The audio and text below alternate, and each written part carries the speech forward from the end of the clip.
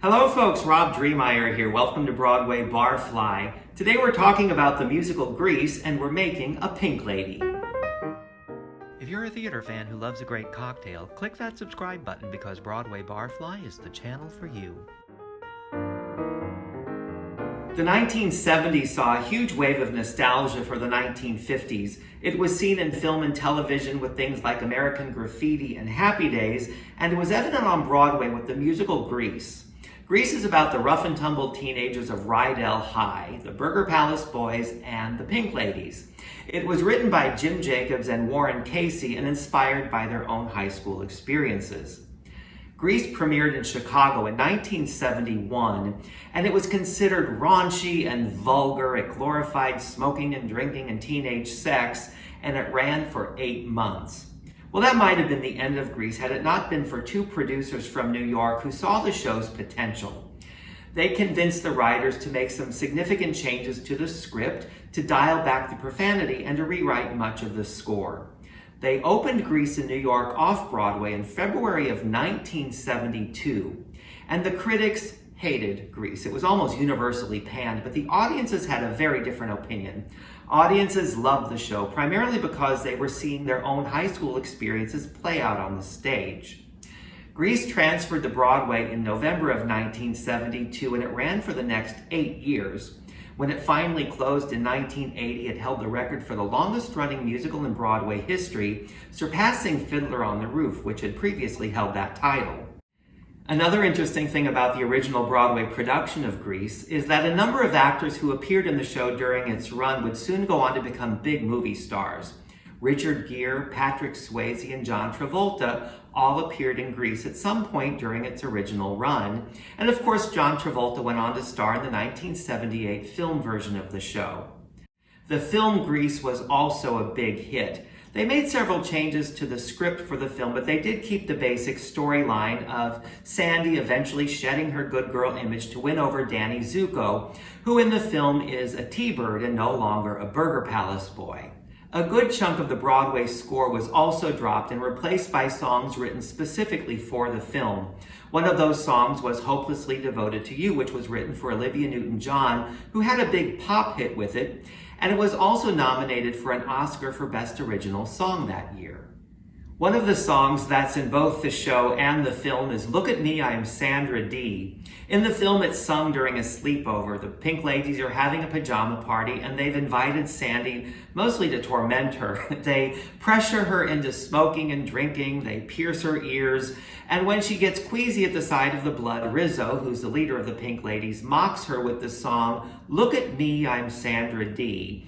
It's a funny song with clever lyrics and makes all sorts of references to 1950s icons. Sandra Dee, of course, but also Troy Donahue and Annette Funicello and Doris Day and Rock Hudson. And in the show version of the song, there's a lyric that goes, Oh, no, no, Sal Mineo, I would never stoop so low. Well, Sal Mineo was murdered in 1976, not long before they started shooting the film.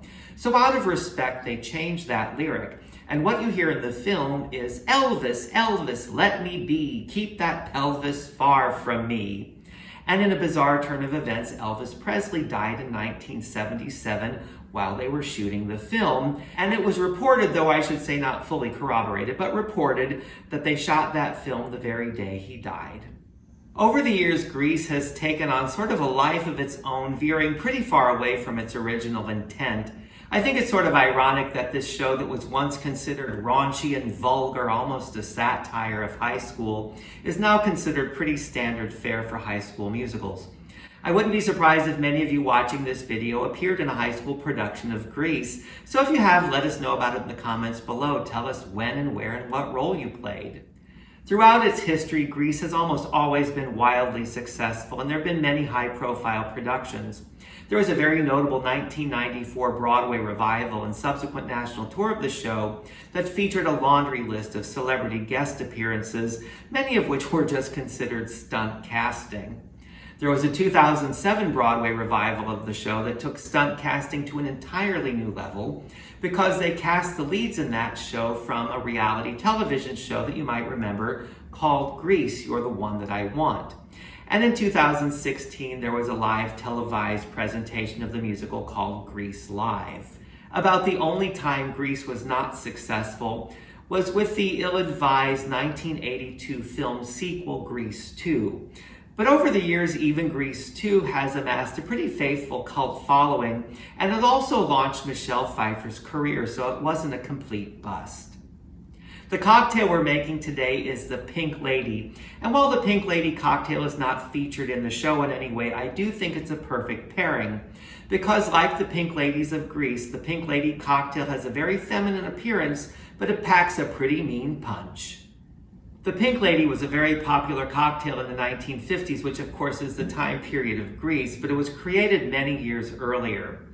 There are two conflicting stories as to its origin. One tells us it was created by a woman named Elsie de Wolfe, who is an actress who became an interior designer and also a prominent socialite when she married an English diplomat. She enjoyed the benefits of her position, and she was often referred to as Lady Mendel. But her marriage was somewhat of a marriage of convenience, perhaps even a lavender marriage, because she lived much of her life very openly with another woman. The other story tells us that the cocktail was created to honor an actress named Hazel Dawn, who in 1911 starred on Broadway in a musical show titled The Pink Lady. The show was a hit, and the Pink Lady was a moniker that Hazel Dawn held on to for the rest of her career. Now, I don't know which of those two stories is true, but they do both date the cocktail to the same time period. The Pink Lady was a popular cocktail in the early years of the 20th century, and by the 1950s it was seen as almost exclusively a ladies' drink, and I suspect that was because of the sexism of the time. Mid-century men perhaps didn't want to be seen drinking a cocktail that was pink and frothy, something that they thought no doubt was inherently feminine. In 1951, there was a bartender's guide published, and the author, who was a male and probably chauvinistic, said of the Pink Lady that it was its non-threatening appearance that appealed to ladies inexperienced with alcohol. Now that was a pretty foolish thing to say, because the Pink Lady is what we might describe as spirit forward. So I suspect that women of the 1950s who ordered Pink Ladies knew exactly what they were getting. The actress and bombshell Jane Mansfield famously told a reporter that she had a Pink Lady every evening before dinner. And so with a testimonial from someone like her, that pretty much cemented the cocktail's reputation. In the later part of the 20th century, the Pink Lady declined in popularity and soon found herself on Esquire's list of the worst cocktails, a list that no lady wants to find herself on. And I think that's a little bit unfair, so maybe we should help stage her comeback. To make our Pink Lady, we need gin, applejack, fresh lemon juice, grenadine, and egg white. Now, if you saw my previous video, you'll know that we're using my homemade grenadine. It's fast and easy to make. It tastes better than a lot of things you'll buy in a store. And if you haven't already seen that video, I hope you'll check it out and you'll try and make some for yourself. I think this is the first cocktail on Broadway Barfly where we're using an egg white. Now, if you've never had an egg white in a cocktail, what it does is it gives the drink a nice frothy texture. If you're a little bit intimidated to use a raw egg, you can use liquid egg white that's pasteurized so you don't run any risk of salmonella. If you use liquid egg white, you're going to want to use about a half an ounce. And if you use a raw egg, you'll probably only use about half of the white. A little bit of egg white will really enhance a cocktail, but too much is a surefire way to ruin one. So to make our Pink Lady, we're going to start with 1.5 ounces of gin,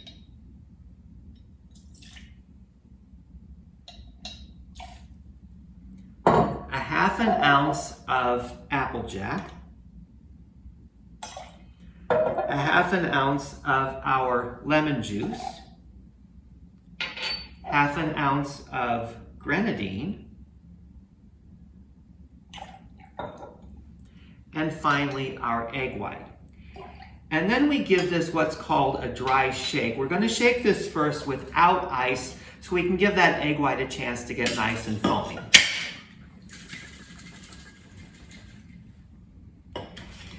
Then we add our ice and we'll shake it again to chill.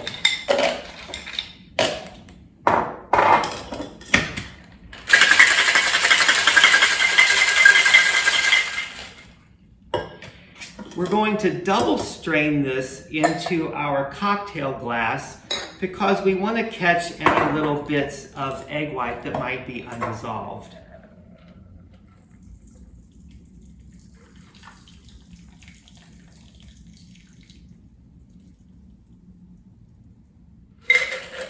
And finally, we'll garnish this with a nice bright red cherry. And there you have a pink lady. So as always, thank you for spending your time with us here at Broadway Barfly. If you're enjoying the channel, please subscribe. I'd love to have you back on a regular basis. And I always appreciate if you give us a thumbs up or leave a comment. Your participation really helps us grow here on YouTube. And don't forget to check out our show clips. That gives you something to enjoy while you enjoy your cocktail. So until the next time, cheers. If you enjoyed the video, why not give it a thumbs up and share it with your friends? Feel free to leave your comments and click that subscribe button because there's a lot more Broadway Barfly to come.